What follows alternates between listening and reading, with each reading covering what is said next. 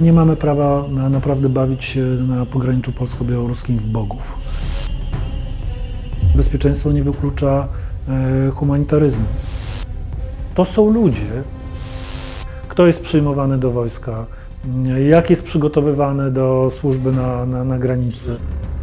Oni wiedzieli, że ich przełożeni będą starali się zamieść tę sprawę pod dywan.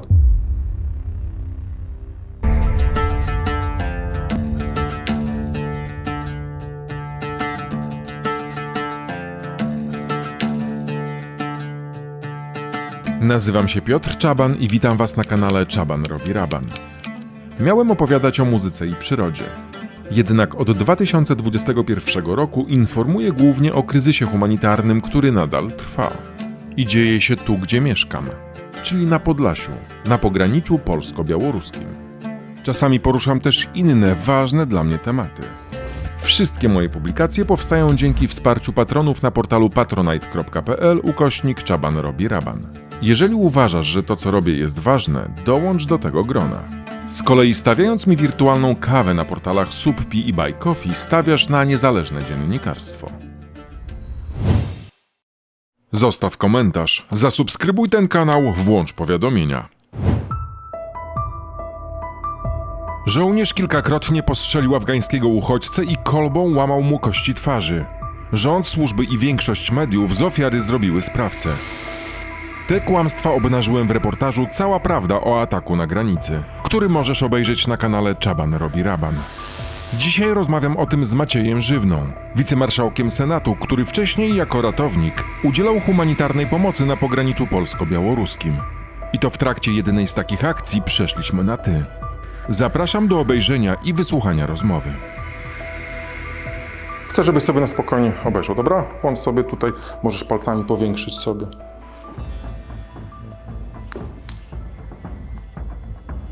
To jest strzał, tak? Tak. I drugi.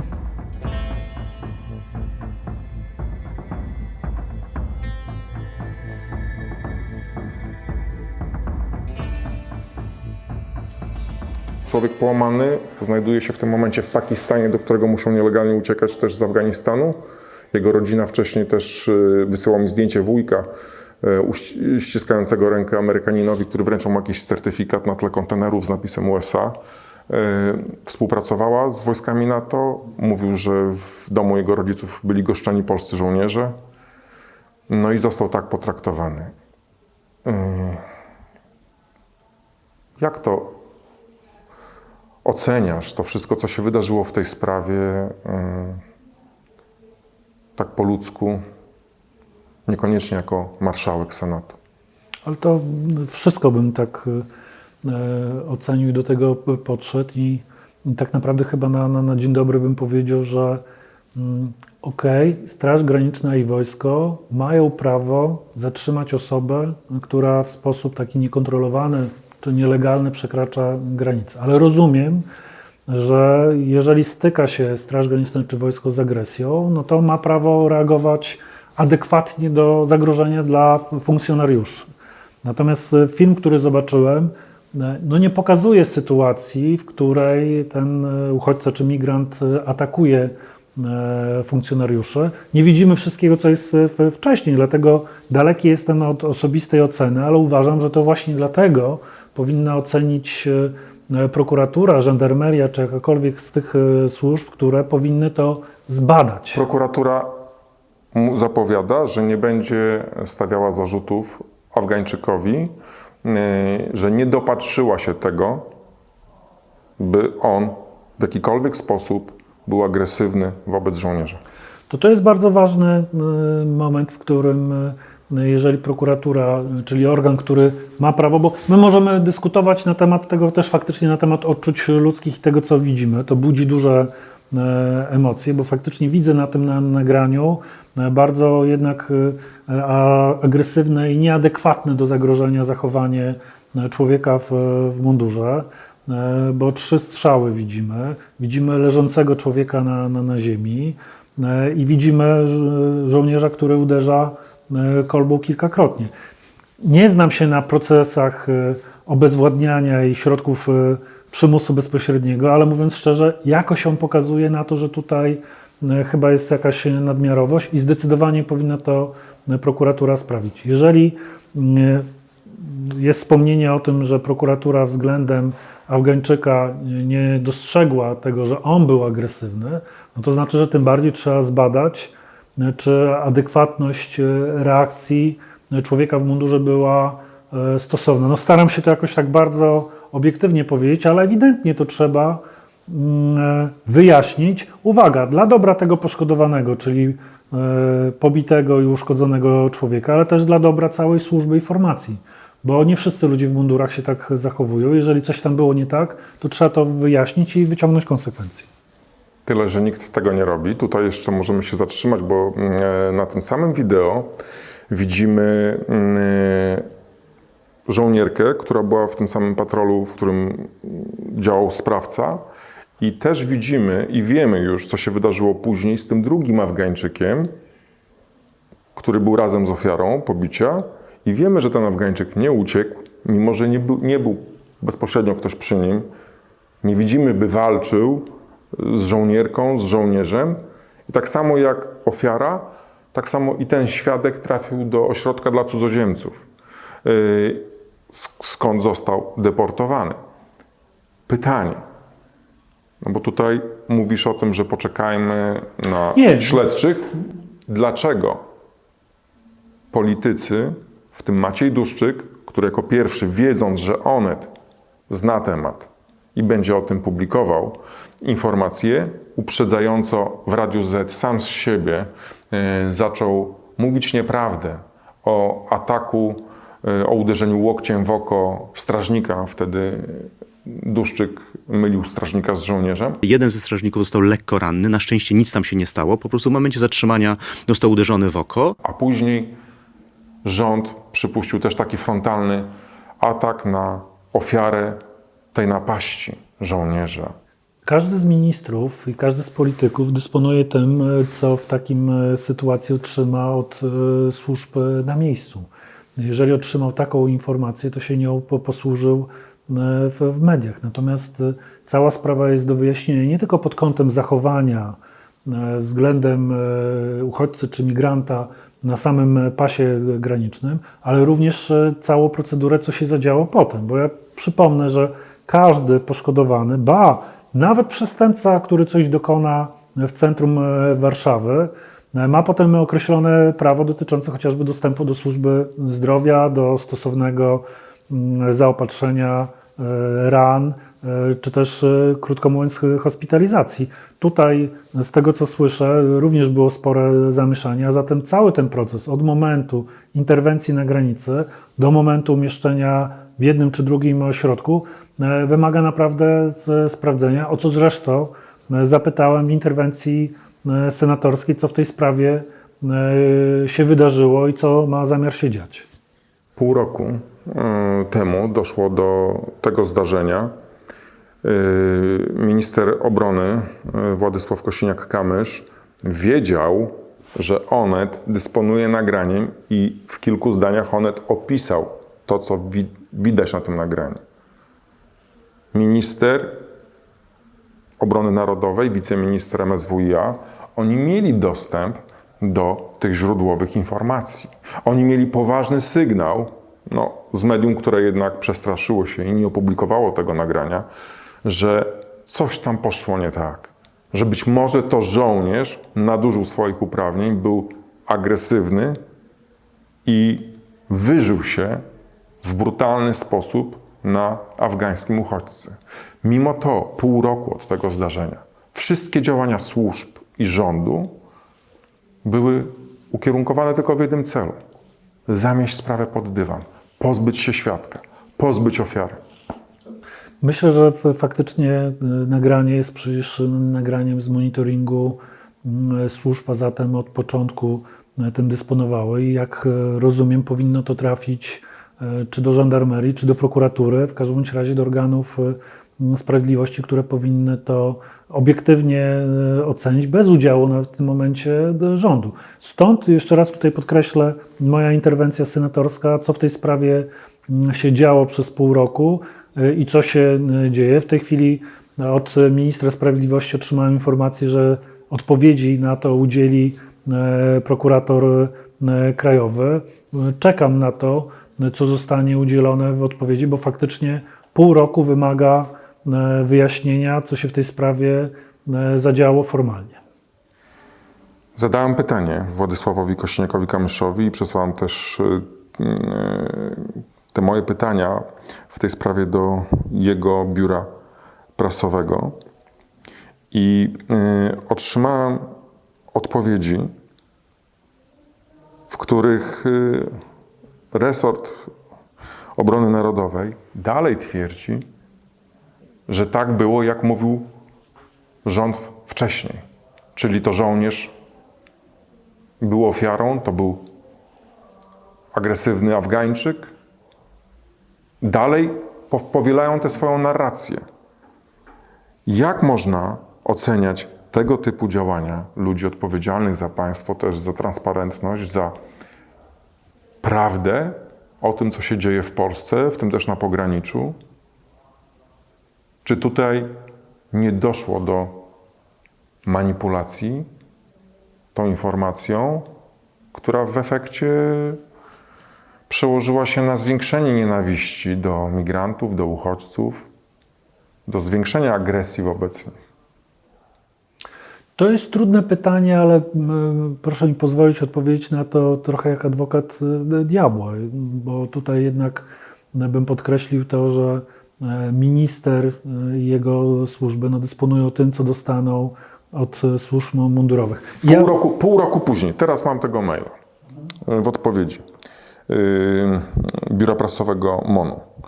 Czytam między innymi, że żołnierz użył środków przymusu bezpośredniego, by obezwładnić agresywnego migranta. Czyli to i też zdanie: podtrzymujemy dotychczasowe stanowisko w tej sprawie. Na granicy polsko-białoruskiej to żołnierz Wojska Polskiego został zaatakowany przez nielegalnego migranta podczas próby nielegalnego przekroczenia granicy państwowej w niedozwolonym miejscu. Uderzył go łokciem w oko. Żołnierz został przetransportowany do szpitala. Widziałeś, Maćku, nagranie z tego.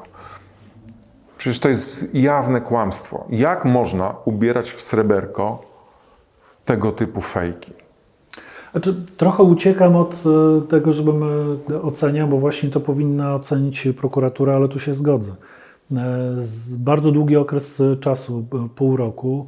Jeżeli po pół roku pada stwierdzenie, że jeden z prokurator stwierdza, że Afgańczyk nie był agresywny, to ta druga, która prowadzi sprawę w kwestii też postępowania człowieka w mundurze, powinna teraz te działania przyspieszyć, bo to nabiera zupełnie innego obrazu. Jak rozumiem, prokuratura też dokonała, albo powinna dokonać, bardzo głębokiej analizy materiału filmowego. Tak, od początku tej Bo ja sprawy rozumiem, dopytywałem. czasami słyszałem opowieści na temat, że nawet mundurowi potrafią trochę kamerami się bawić, w sensie różne rzeczy, ale to od tego jest prokuratura, żeby stwierdzić, czy Ale te pamiętajmy, sceny są udawane, czy są prawdziwe. Pamiętajmy, Czy że to nagranie... urażenia, urazy, które potem w dokumentach lekarskich, a zatem niewymyślonych przez, nie wiem, innych uchodźców, migrantów, czy też kogokolwiek jako świadka pobocznego, tylko są materiałami medycznymi. Skala obrażeń jest dosyć duża u człowieka, szczególnie w tej części twarzy. To jest jasny materiał do tego, że trzeba się do tego odnieść. Naprawdę przecież nie traktujemy tak ludzi w centrum Warszawy. Znaczy, jeżeli nawet popełniają przestępstwa, bo nadużywają alkoholu. Słynna sprawa, która teraz się toczy, dotycząca z ograniczeniem spożywania alkoholu. Służby mundurowe nie wpadają na tą osobę z impetem, a jeżeli to robią, to muszą udowodnić, że zastosowane środki były adekwatne do sytuacji. Ja rozumiem, że dokładnie tak samo w sytuacji na pasie granicznym muszą również udowodnić to, że skorzystały z dopuszczalnych środków i sił, tak, i nie przekroczyły poziomu agresji. W moim ludzkim odczuciu i po obejrzeniu dzisiaj tego filmu, trudno jest to określić, że jednoznacznie było tam tylko obezwładnienie przekraczającego granicę. Ewidentnie widać znacznie dalej idące działanie i zastanawiające również działanie drugiego człowieka w mundurze, który zostawia tego drugiego zatrzymanego i jednak biegnie do tamtego, ale nie widać, żeby pomagać w jego zatrzymaniu, tylko chyba jakoś zareagować na nadmiarowość, wręcz chyba przemocy. To trzeba wyjaśnić. Jeżeli byłoby wyjaśnienie takie, że funkcjonariusz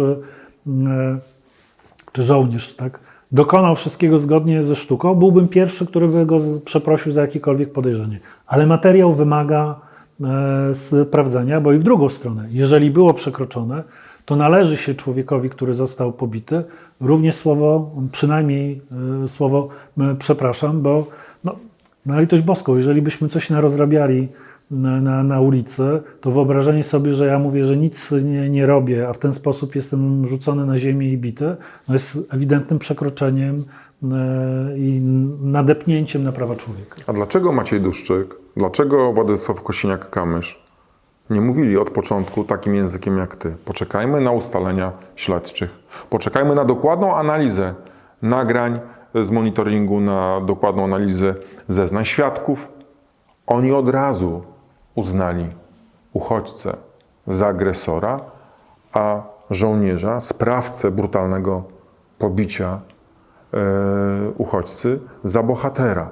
To było od razu. Oni się nie bawili w to, że sprawdźmy, nie sprawdźmy. Co więcej, Władysław Kosiniak-Kamysz pojechał znacznie już później, odwiedził tego żołnierza i zrobił z nim zdjęcie, gratulując mu tego, co on dokonał na granicy.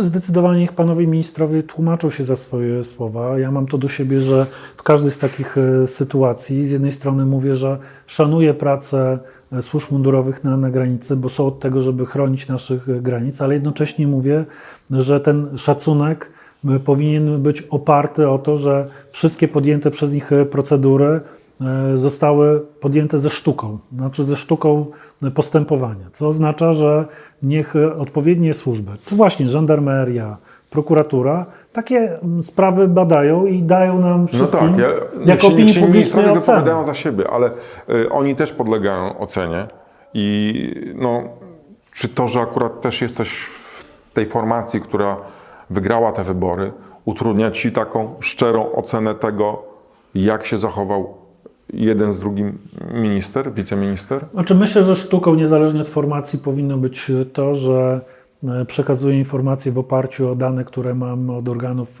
ścigania i służb. Jeżeli te opinie, które były wydawane na początku, były wyłącznie w oparciu o służbę, to z jednej strony je rozumiem, bo ministrowie muszą mieć zaufanie do podległych im służb. Natomiast jeżeli widzą szerszy materiał, powinni również odnieść się do tego, co wymiar sprawiedliwości w tym wymiarze powie i sprawdzi. Pewnie osobiście byłbym bardziej oszczędny w jednoznacznej ocenie, bo teraz fakty i ten materiał filmowy pokazuje, że ewidentnie to trzeba sprawdzić. Ale bardzo często od premiera począwszy, przez ministrów, parlamentarzystów, którzy nawet odwiedzają granicę, oni się opierają o tym, co słyszą i widzą w materiałach przekazywanych im przez służby. I to jest ten moment, w którym to się zamyka do tej przestrzeni oceny. Służby okłamały ministrów? Pokazały to, czym dysponowały i określiły tę ocenę. Moim zdaniem w tej kwestii, w tym postępowaniu, dlatego też zrobiłem interwencję senatorską. Jeżeli doszło też do wprowadzenia ministrów w błąd, to ktoś powinien ponieść za to konsekwencje, ale na razie musimy poczekać na to, co wymiar sprawiedliwości w tej sprawie stwierdzi. Ale zastanówmy się, co by było, gdyby uczciwi funkcjonariusze, którzy wynieśli te nagrania z monitoringu i ufając Onetowi, który jednak zawiódł, bo nie opublikował tego nagrania, ale narażając też swoją karierę zawodową, chcieli powiedzieć światu: zobaczcie, jak to wygląda. Oni wiedzieli, że ich przełożeni będą starali się zamieść tę sprawę pod dywan. Oni wiedzieli, że nikt się nie pochyli nad losem zmasakrowanego uchodźcy. Znaczy, to jest ciekawy wątek, a mówię o tym wątku związanym, w jaki sposób materiał z monitoringu służb wycieka do jednych z mediów i generalnie rzecz biorąc na zewnątrz, jaka jest motywacja?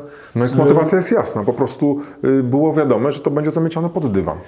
Nie wiem, to jest pytanie do tych, którzy to powinni potwierdzić, bo motywacje mogą być różne. Może być ta sprawiedliwościowa, właśnie związana z tym, żeby dojść do prawdy i pokazać. No tak. Mogła być jakaś potencjalnie finansowa, ale tak czy siak. Ale o tym nawet, bo robiłem program, gdzie też dziennikarka z Siemiatycz później też dotarła, pokazano jej to nagranie i źródło mówiło, że chcą zamieść sprawę pod dywan. To jest pytanie też o tak zwany brak trzeciej sprawy. Znaczy, krótko mówiąc, kto dostarczył na zewnątrz nagranie. Ale teraz będziemy ścigać sygnalistów, którzy informują? Ja tylko mówię o tym, że to jest właśnie to pytanie o to, że służby także tym się nie zajmują, kto dał, krótko mówiąc, przeciek na zewnątrz. A Natomiast powinien ktoś dać ten przeciek w takiej sytuacji, czy nie? powinna przede wszystkim zareagować prokuratura. Ale jeżeli ktoś, kto widzi ten materiał i wie, co się dzieje z ofiarą, wie, co się dzieje ze sprawcą i temu się sprzeciwia i wie, że jego przełożeni nie kiwną palcem w obronie pokrzywdzonego, to powinien powiadomić świat o zbrodni, czy nie? Odpowiem tu przewrotnie. Dlatego od początku, tak jak i za czasów Prawa i Sprawiedliwości, byłem przeciwny tej potężnej sferze buforowej. Tak samo i teraz nie jestem zwolennikiem strefy buforowej, bo ona właśnie między innymi ogranicza chociażby dostęp mediów do granicy i do możliwości pokazywania w sposób obiektywny tego, co się potencjalnie dzieje. Za czasów Prawa i Sprawiedliwości była to bardzo szeroka strefa i zamknięcie jej z dostępnością dla mediów właśnie powodowało, że trudno było nawet ten kilometr czy dwa od granicy pokazać nie tylko, co się dzieje z uchodźcami, ale nawet jak żyją ludzie w tej strefie. Tak samo teraz chciałoby się powiedzieć, ten monitoring powinien być dostępny przede wszystkim dla służb kontrolnych, a jeżeli on wyszedł dalej, to znaczy, że ludzie jednak chcą, żeby opinia publiczna to widziała. Straż z Nowego Dworu ma strażnika, który przejechał na pasie granicznym psa. Celowo. Sami zgłaszają to złamanie prawa przez swojego funkcjonariusza. Sprawa trafia do prokuratury. Tutaj służby, w przypadku gdy nie chodzi o psa, gdy chodzi o uchodźcę, z niego robią oprawcę. Ja rozumiem, że z perspektywy politycznej, takiej, którą też reprezentujesz mimo woli, no trudno to nazywać może wszystko po imieniu. Ale dlaczego to się zdarzyło tak, że o tym wszystkim ja nie chcę z siebie robić żadnego bohatera, bo to nie jest moim zadaniem. Ja, Maćku, naprawdę mam tego powyżej uszu. Dlaczego to musi wypływać i te puzzle muszą być składane przez kogoś takiego jak ja, a nie przez takiego wiceministra ówczesnego Duszczyka, czy ministra obrony Władysława Kosiniaka-Kamysza, czy przez publiczną telewizję dotowaną przez państwo? Jesteśmy okłamywani. A na końcu cierpią ludzie, bo po tym, co się wydarzyło z tym Afgańczykiem, to nie tylko on i jego rodzina ucierpieli, ale też ta agresja była wzmożona i dotknęła innych uchodźców. Ja jestem gorącym zwolennikiem, że każdą tego typu sprawę trzeba wyjaśnić do samego dna. I nie dlatego, że w jakiś sposób, to co często słyszę, że atakuje służby mundurowe, tylko dlatego, że właśnie je szanuję i uważam, że każda taka sprawa powinna być wyjaśniona po to, żeby nie było jakiegokolwiek najmniejszego poczucia, że jest gdzieś przekroczone prawo. Jeżeli tutaj funkcjonariusz czy żołnierz przekroczył prawo, powinien ponieść za to konsekwencje. Wtedy wszyscy spalibyśmy spokojnie, że gdziekolwiek w kraju, czy to jest na pasie granicznym, czy w centralnej Polsce, człowiek w mundurze przekracza swoje uprawnienia, to poniesie za to konsekwencje. Jeżeli jest zbyt agresywny, czy w ogóle agresywny, poniesie za to konsekwencje. Chyba wszyscy chcielibyśmy w takiej Polsce funkcjonować, w której będziemy mieli takie poczucie, że jak ktoś podejdzie do mnie i uderzy mnie w twarz, to poniesie za to konsekwencje, a nie ktoś powie, że on tylko mnie pogłaskał po Ale jeśli po będziesz policzku. uchodźcą, no to... Nie ma ludzi drugiej kategorii. Znaczy, ale niestety polski rząd daje do zrozumienia, że są ludzie gorszej kategorii.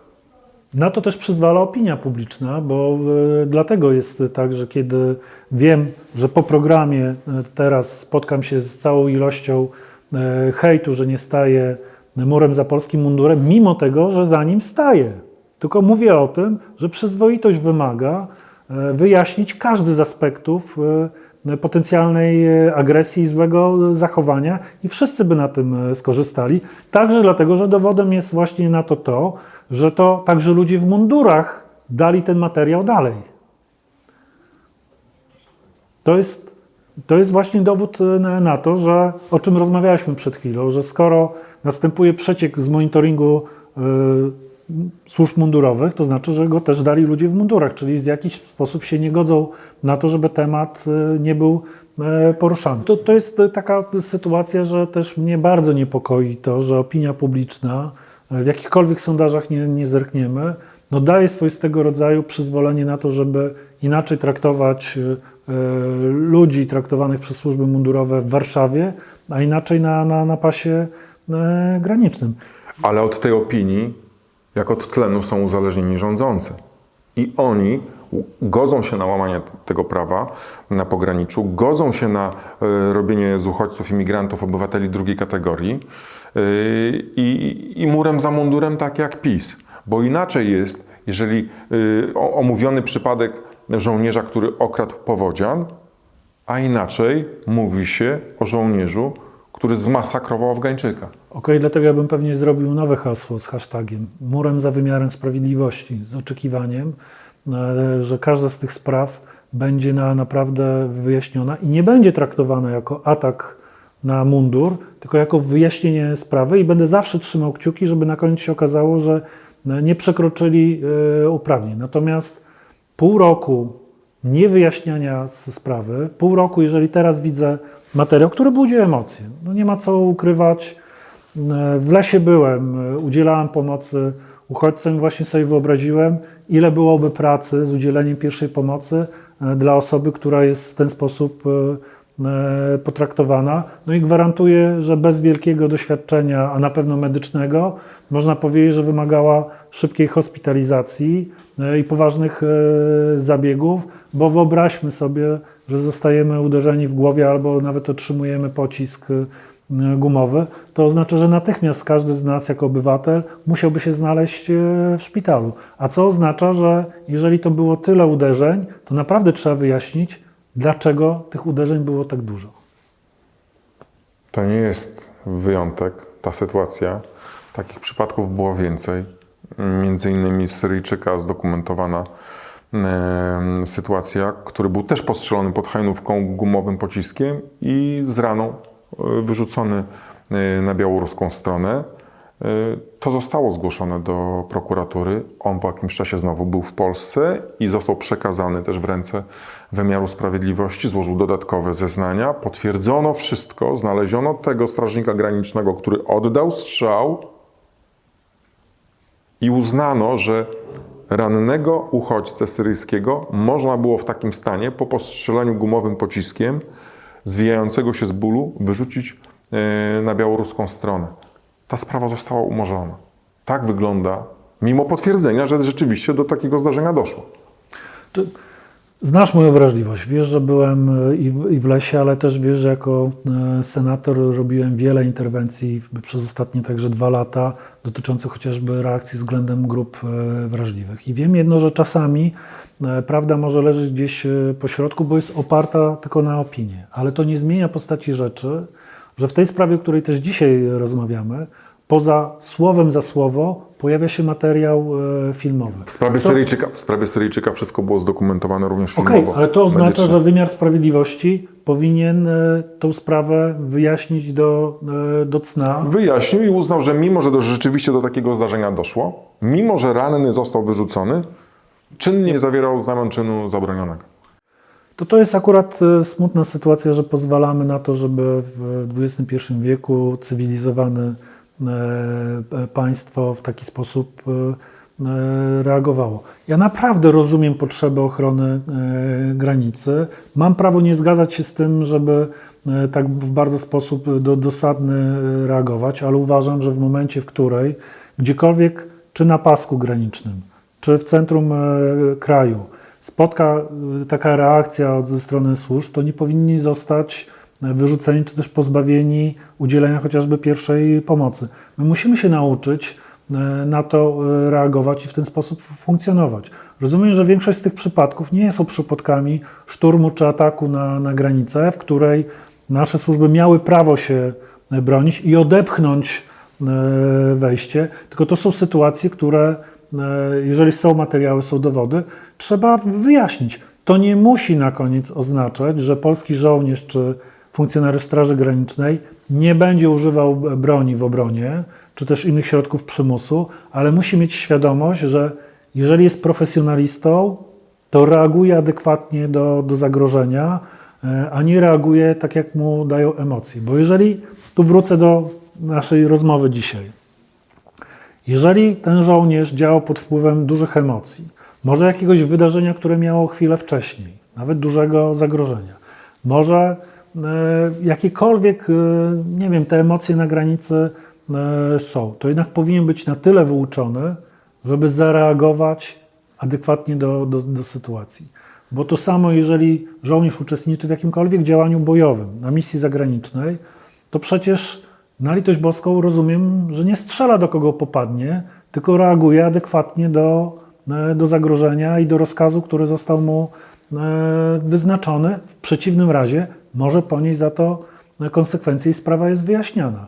Jeżeli traktujemy to jako misję także wojskową na granicę, to ona też powinna być pod obserwacją również ze względu na uczenie kolejnych żołnierzy i funkcjonariuszy. Tak? Jak się zachowywać w takiej sytuacji na granicy? To przecież jest też kwestia edukacyjna dla kolejnych żołnierzy, kolejnych funkcjonariuszy. Ale którzy czego tam się trafiają. dowiedzieli? Jaka lekcja płynie dla innych żołnierzy po tym, kiedy do sprawcy przyjeżdża minister obrony i mu gratuluje? Ja tutaj jednak myślę, że minister przyjeżdżając wiedział tyle, co mu przekazało wojsko czy służby. I tutaj oczekuję, dlatego też Ale wystosowałem jakie to jest interwencję. usprawiedliwienie? No bo prawda jest Ale ja inna. nie chcę go usprawiedliwiać, chcę tylko powiedzieć, że to jest trochę sytuacja... Czy przedstawiciele rządu, politycy, którzy kłamali w tej sprawie, bo oni nie mówili, nie zastrzegali, hej, nie znam dwóch stron, nie znam materiałów dowodowych, ale oni wygłaszali jawne, fałszywe, kłamliwe oceny tego zdarzenia, robiąc z ofiary sprawca, ze sprawcy ofiarę. Czy oni nie powinni też ponosić odpowiedzialności za te kłamstwa w tym temacie? Nie, wskażę na to.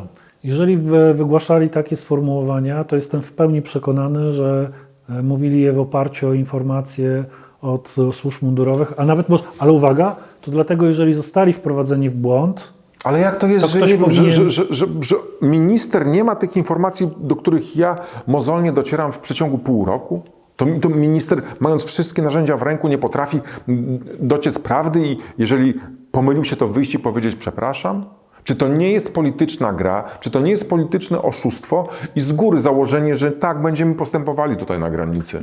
czasami może być sytuacja taka, że minister nie ma obowiązku indywidualnie zajmować się sprawą, tylko oprzeć się o to, jaką opinię dostał. A zatem mógł nie oglądać tego materiału, mógł się Pół roku oprzeć, później go dopytuje.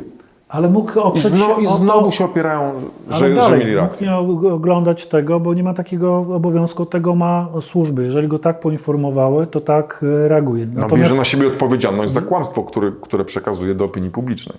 powinien wyciągnąć zatem konsekwencje wobec tych, którzy go w ten sposób, w taką Ale wiedzę wobec uzbroili. to on dobrał skład Ale i to nie nie można zmienia- zrzucać z niego odpowiedzialności. Tak, ale to nie zmienia postaci rzeczy. Nie, no minister nie decyduje o tym, kto jest dowódcą placówki.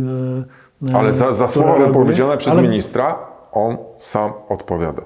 Tak, i niech wyciągnie konsekwencje, jeżeli wymiar sprawiedliwości stwierdzi, że tam faktycznie doszło do przestępstwa, czy też nieprawidłowości. No dojdźmy do tego momentu, w którym też chciałbym, żeby prokurator dokonał pełnej analizy także tego materiału filmowego i stwierdził, co tam się wydarzyło. No tak, ale sam Donald Tusk na konferencji prasowej w Dubiczach Cerkiewnych, to chyba był maj ubiegłego roku, zachęcał żołnierzy do radykalnych działań na granicy i dawał do zrozumienia im, że zawsze, nawet jeżeli gdzieś przekroczą to prawo, to on będzie za nimi stał i osobiście się zaangażuje w udzielenie im pomocy. Chwilę później strażnik graniczny z 5-miesięcznym stażem, pracujący w oddziale w placówce w Białowieży, przyjechał na wezwanie do żołnierzy, do 2 zatrzymanych, dobrowolnie oddających się żołnierzom Etiopczyków. Wysiadając z auta, pierwsze co zrobił, z kopa uderzył w twarz, prywatną pałką teleskopową okładał tych ludzi, aż doprowadził do uszkodzenia poważnego ciała. Żołnierze go dopytywali, mówią, ale przecież to nie było adekwatne, to nie było potrzebne. A miałem zły dzień.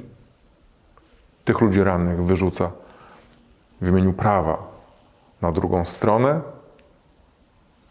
O tym wszystkim dowiadujemy się tylko dzięki tym żołnierzom, którzy przekazali te informacje przełożonym i ten strażnik otrzymał zarzuty. Ale on też, i to było właśnie tuż po tej konferencji prasowej, on w swoich zeznaniach, do których dotarłem, mówił o tym, że po tym wszystkim, po ataku na Mateusza Sitka, świętej pamięci, takie nastawienie już miał. A to nastawienie, bo obserwowałem ten temat bardzo bacznie, wywołali w takich jak on też politycy tacy jak Tusk. To bydło, które było ściągane po prostu po to, żeby forsować nasze granice. Mówimy tylko i wyłącznie o ograniczaniu czasowym, terytorialnym i proporcjonalnym prawa migrantów, nie ograniczając w tym czasie praw Polaków, mieszkańców Polski. Będziemy także pracowali nad takimi zmianami prawa, które dadzą naszym żołnierzom, funkcjonariuszom pełne poczucie prawnego bezpieczeństwa w działaniach, jakich się tutaj podejmujecie. Nie będziecie także w tej kwestii pozostawieni sami sobie, będziecie mogli liczyć na wsparcie państwa polskiego. To znaczy zacznijmy na pewno od tego, że obecny rząd, ani nawet poprzedni nie wywołał całej sytuacji z kryzysem migracyjnym i tą ilością uchodźców i migrantów, którzy się na zielonej granicy Oczywiście, pojawili. ale nie załatwił sprawy humanitarnej pomocy. Ale dlatego potrzebującym. warto, żebym mógł tylko dokończyć, bo to jest ten aspekt, w którym danie sygnału służbom mundurowym i wojsku, i Straży Granicznej, że mają prawo być skuteczni na granicy, to jest informacja dobra. Natomiast Co innego skuteczność, co innego przekraczanie prawa. ale jednocześnie powinna być sytuacja, w której od poziomu szkolenia, przygotowywania ich do służby na granicy, muszą sobie zdawać sprawę i powinni być w tym momencie pod takim swoistego rodzaju okiem wymiaru sprawiedliwości służb, które badają, na ile i gdzie jest adekwatność reagowania. Bo co Ale innego jest... czy takie wypowiedzi, jak ministrów Kosiniaka-Kamysza, wiem, że Radosław Sikorski takich słów używał, Piotr Zgorzelski, mówiąc o uchodźcach i migrantach, per bydło, watacha, hordy, najeźdźcy. Co oni tym przekazem chcieli zrobić w głowach żołnierzy i strażników granicznych na pograniczu? Czy oni w taki sposób chcieli uwrażliwić, hej, to są ludzie, którzy może też będą potrzebowali pomocy i podlegają też prawu i nie wolno ich traktować jako tych drugiej kategorii. Co tym przekazem tak haniebnie ich wyzywając od bydła, od watach, od najeźdźców, co chcieli przekazać ministrowie? Nie będę tego politycy? oceniał. To jest język, który jest daleki dla mnie. Nie jestem w rządzie, ale nigdy bym w ten sposób nie reagował, bo jeszcze raz tu podkreślę, jestem za tym, żeby Straż Graniczna i wojsko pilnowały naszej granicy i były w tym skutecznie, ale żeby reagowały adekwatnie do zagrożenia, co oznacza, że jeżeli gdzieś pojawiają się akty przemocy, to powinna być wyciągnięta konsekwencja dyscyplinarna, karna. A czy Jest politycy, naprawdę którzy tak wyzywają uchodźców i migrantów, czy można im zaufać, że oni będą chcieli, by prawo było przestrzegane na granicy? Ale to też jest pytanie o sam wymiar sprawiedliwości. Rozumiem, że prokurator nie musi czekać na zielone światło od ministra jednego czy drugiego. Ba, nie powinien. Tylko jeżeli widzi, że sprawa jest do wyjaśnienia, to powinien ją sprawdzić. Jeżeli żandarmeria podejmuje działania, to powinna działać apolitycznie, a zatem też sprawę sprawdzać, a nie czekać na jakąkolwiek decyzję polityków, ba, politycy nie powinni, w tym ministrowie, wpływać na sposób załatwienia sprawy. W mojej interwencji po to jest pytanie, na które teraz odpowie prokurator krajowy. Zarówno co miało miejsce, jakie działania w podjęciu sprawy, o której dzisiaj rozmawiamy, ale również pozostałych spraw z ostatnich 2 lat. Maćku, na tym pograniczu my mamy Polskę prawa? Na tym pograniczu mamy Polskę, która musi bronić się przed różnymi zjawiskami. Jednym z nich powinno być to, że powinna się bronić przed próbą swoistego rodzaju pracy na pograniczu bez pilnowania prawa wobec naszych obywateli, ale także tych, którzy się do nas przedzierają, których prawa też powinny być uszanowane. Ale czy mamy tutaj prawo? Czy ono tutaj działa tak jak w innych częściach Polski? Znaczy, myślę, że tak, ale są takie sytuacje i wyjątki, które trzeba w zdecydowany sposób wyjaśnić, o czym świadczy chociażby dzisiejsza rozmowa, że są takie... Ale Maćku, widzisz ten ciąg zdarzeń, bo ja mogę sypać z rękawa. Nasza przyjaciółka, która poświęciła też lata swojego życia, te ostatnie, na ratowanie ludzi w lesie. Jadąc do akcji na bagnach Siemianówki, zgłaszając Straży Granicznej, że jedzie wraz z przyjaciółmi udzielić pomocy ludziom, którzy tam utknęli. Zatrzymują się na parkingu leśnym, obok stoi ciężarówka z żołnierzami. Idą, udzielają pomocy, wracają. Dalej stoi ta ciężarówka z żołnierzami. Auto ma przebite nożem wszystkie opony, klamki, wentylatory spsikane gazem. Żołnierze próbują opuścić miejsce zdarzenia. Sprawa trafia do żandarmerii wojskowej. Jest wizja, jest jakieś postępowanie. Nie ma sprawców. Nie ma odszkodowania. Dziewczyna, która ostatnie swoje grosze przeznaczała na pomoc innym, została z tym sama. Jak tacy ludzie, Maćku, mają wierzyć w tę praworządność w naszym kraju? Ja powiem tak, w ramach moich interwencji, tak jak były wystąpienia związane z tym, żeby chociażby zwiększyć dodatki mieszkaniowe dla funkcjonariuszy Straży Granicznej, a zatem mam takie poczucie też dbania o służbę, tak z drugiej strony miałem szereg interwencji na prośbę choćby mieszkańców przygranicznych terenów związanych, nie wiem, z zbyt szybką jazdą żołnierzy czy z różnymi zachowaniami. Ja mam tutaj takie wrażenie, że to, co trzeba naprawdę mocno postawić, że te służby, które odpowiadają za dyscyplinę wśród służb mundurowych, powinny reagować na wszystkie tego rodzaju zjawiska i doszczętnie je wyjaśnić, choćby po to, żeby one się nie doszczętnie rozwijały. wyjaśniają, a później to wszystko i tak idzie w piach? Nie znam pełnej skali tego zjawiska w takim znaczeniu. No jak w życiu, czasami muszą się pojawić dowody, czasami ich nie ma. Staję w obronie tych sytuacji, że ktoś powinien na nie reagować. Jeżeli to jest za słabe, to jest to temat, którym obecny minister sprawiedliwości razem z ministrem spraw wewnętrznych powinni naprawdę usiąść i się dobrze zastanowić, że to powinno być wyjaśniane. Bo to też stawia pytanie, kto jest przyjmowany do wojska, jak jest przygotowywany do służby na granicy. Przecież to w takim wojsku tutaj na granicy był ktoś taki jak Czeczko.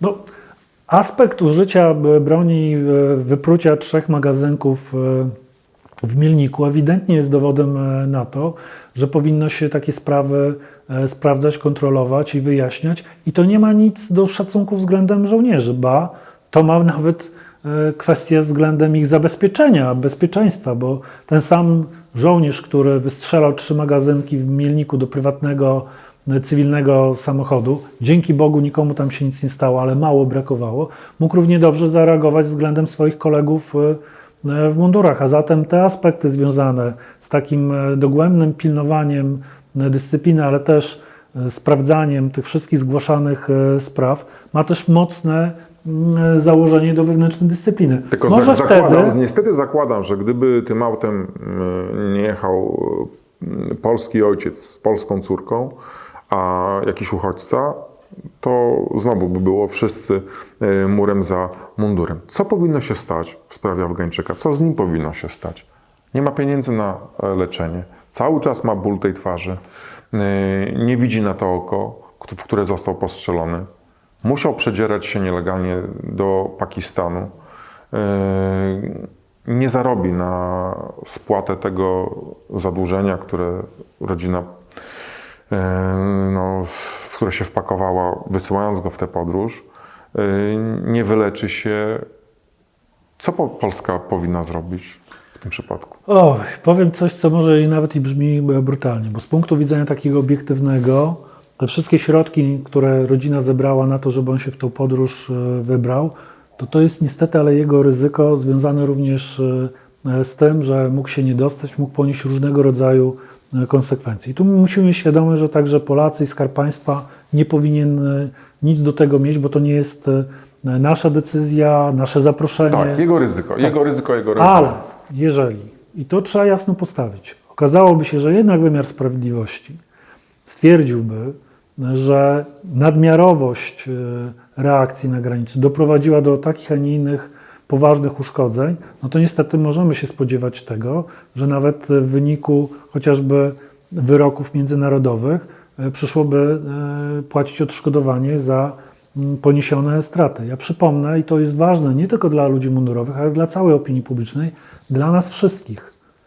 To są ludzie, którzy może potencjalnie z punktu widzenia medialnego, opinii publicznej wydają się anonimowi, ale każdy z nich ma jakieś imię i nazwisko i jest człowiekiem. I jakkolwiek by się nie zachował na granicy, to tam mamy do czynienia z ludźmi, nie z pociskami, nie wiem, ze zwierzętami, które przechodzą, ale z ludźmi, którzy powinni być traktowani jak ludzie. Jeżeli są agresywni, adekwatnie bronić się. Jeżeli nie są agresywni, też adekwatnie nie krzywdzić ich, bo nie ma takiej potrzeby. Co innego jest nawet w kwestii, jeżeli by potem w legalnej procedurze byliby wydaleni z kraju, tak? To jest wszystko zgodne z prawem, ale ten humanitaryzm na granicy naprawdę nie musi wykluczać bezpieczeństwa i o tym musimy pamiętać. To są ludzie.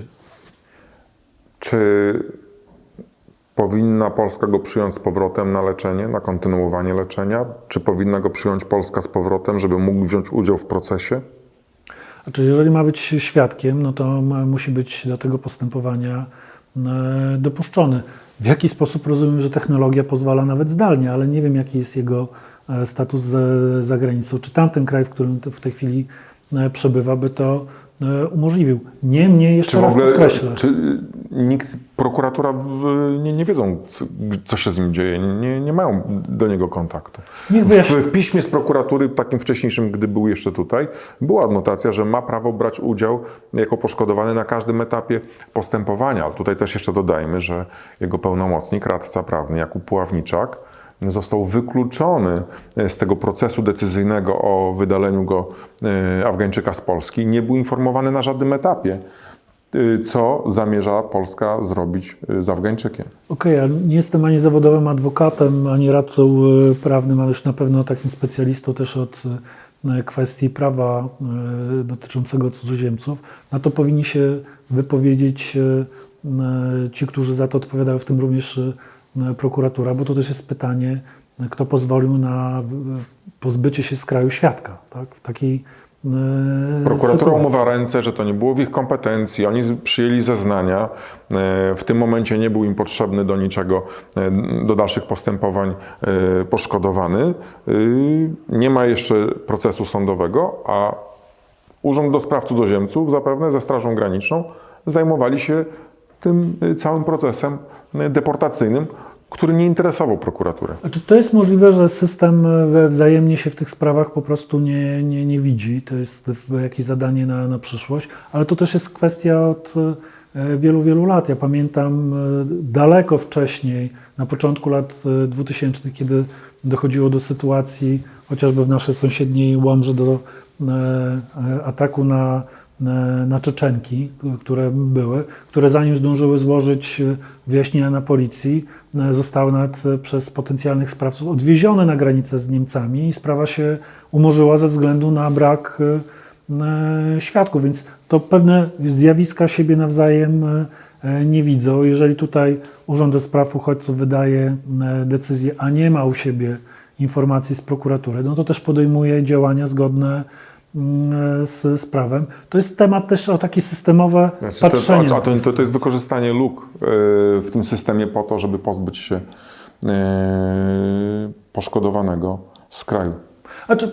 Czy to wszystko powinno się tak wydarzyć? To jest sytuacja taka, w której warto byłoby uszczelnić system po to, żeby przy takich decyzjach systemowo podejmujący decyzje widział, czy nie ma jakichś aspektów dodatkowych, które powodują, że dany uchodźca powinien jeszcze nawet, jeżeli nie mówię na stałe, zostać w kraju w celu wyjaśnienia różnych sytuacji, bo to może być też kwestia wielu zjawisk, niekoniecznie związanych z pograniczem polsko-białoruskim, ale w ogóle funkcjonowaniem uchodźców u nas w kraju, nawet tymi, którzy przelecieli, bo kupili w jakiś sposób wizę i zostali usunięci. A czy żeby Polska dopytać. powinna poczuwać się do odpowiedzialności za zdrowie tego człowieka?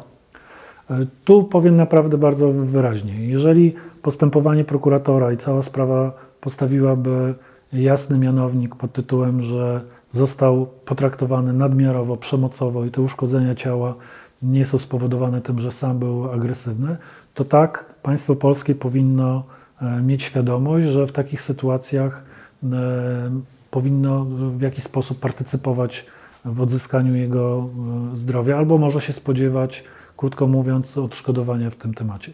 Ja przypomnę, że odejdę od tematu uchodźców, potencjalnych przestępców dokonujących przestępcze działania w Polsce. Jeżeli udowodnię, że wobec nich było zrobione ponadmiarowe zastosowanie chociażby środków przymusu, mają prawo zwracać się o formę odszkodowania. No i to jest naprawdę sytuacja, w której przysłowiowa kradzież batonów w sklepie, jeżeli się do takiej osoby strzela, może być nieadekwatne do poziomu w ogóle zagrożenia i tak stanowi prawo polskie. Tu musimy pamiętać, że to też są ludzie, którzy w myśl polskiego prawa, ale także międzynarodowego, mają prawo dochodzić swoich praw. Tylko pamiętajmy też o tym, że Polska, wysyłając uchodźcę do Afganistanu zarządzanego przez talibów, raczej nie miała takiej wizji. Te służby, które do tego doprowadziłyby, ten Afgańczyk jeszcze kiedykolwiek miał jakąkolwiek możliwość dochodzenia tych swoich praw i walki przed polskimi, europejskimi sądami, bo został całkowicie odcięty i od swojego pełnomocnika, w ogóle do opinii publicznej. I szczerze powiedziawszy, gdyby nie ci, którzy też i przekazali mi to wideo, też gdybym nie dłubał przy tym temacie, nie byłoby po tym chłopaku śladu. Znaczy tu dziękuję za podejście jak do człowieka. Znaczy, że to nie jest jakiś fakt statystyczny, że ktoś gdzieś coś, tylko my nie mamy prawa naprawdę bawić się na pograniczu polsko-białoruskim w bogów. Decydować o losie innych z pominięciem prawa. Być nadmiarowo agresywni lub za dużo pomagać choćby w przemycie. Przecież jedna i druga sytuacja jest karana, ale ona musi być adekwatna. Jeżeli człowiek popełnia w jakiś sposób przestępstwo, to nie traktujemy go jak zwierzę, tylko dalej go traktujemy jak człowieka. A do polityków zaapelowałbyś o jakąś refleksję, o posypanie głowy popiołem, o zrozumienie tego, co przed chwilą powiedziałeś, że to są ludzie. Ja mam jednak ogromne poczucie osamotnienia, bo ciągle jestem jednak karmiony tym, że bezpieczeństwo Polek i Polaków przede wszystkim, a ja na to zawsze odpowiadam, że oczywiście, że bezpieczeństwo w 100%, ale bezpieczeństwo nie wyklucza humanitaryzmu. Dlatego dalej reaguję, jeżeli kwestie dotyczą grup wrażliwych przede wszystkim, ale też w takich sytuacjach jak teraz nie można przejść obok wyjaśnienia sprawy, która naprawdę jest ważna dla dobra nas wszystkich, bo niereagowanie na to, co się dzieje na pograniczu, może spowodować, że człowiek w mundurze na ulicy Białegostoku czy Warszawy stwierdzi, że może też sobie pozwolić na więcej, niż mu prawo pozwala. Dzięki, Maćku. Dziękuję.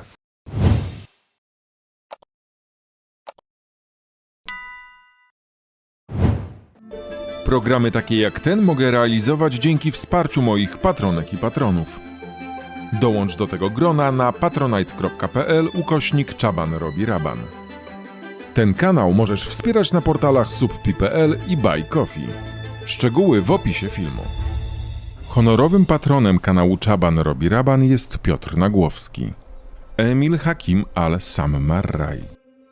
Do grona moich patronów należą Barbara Majewska, Michał Wszołek, Jan Trammer, Kasia Kruszewska, Tomasz Urban, Agnieszka Łokaj, Anna Węgrowska, Monika Kozak-Czekanowska, Atche Nanetch, Małgorzata Kasiak-Czechowska, Małgorzata Staszewska, Filip Wozowicz, Artur Borkowski, Michał Tomasik, Alena Rzepka, Magda Tracz, Małgosia, Simon Pantera, Elżbieta Golicyn, Sebastian Iwaniec, Magda Powalska, Marta Kilian, Teresa Seruga, Kasia Narkowicz, Hanna Zimińska, Izabella Lisek, Bartosz Talenczuk, Maciej Wiszowaty, Małgorzata Helon, Beata Rowińska, Maria Roeskę, Katarzyna Batko-Toluc, Robert Gola, Bartosz Wsuł, Zosia Kwiecień, Sławek Stocki,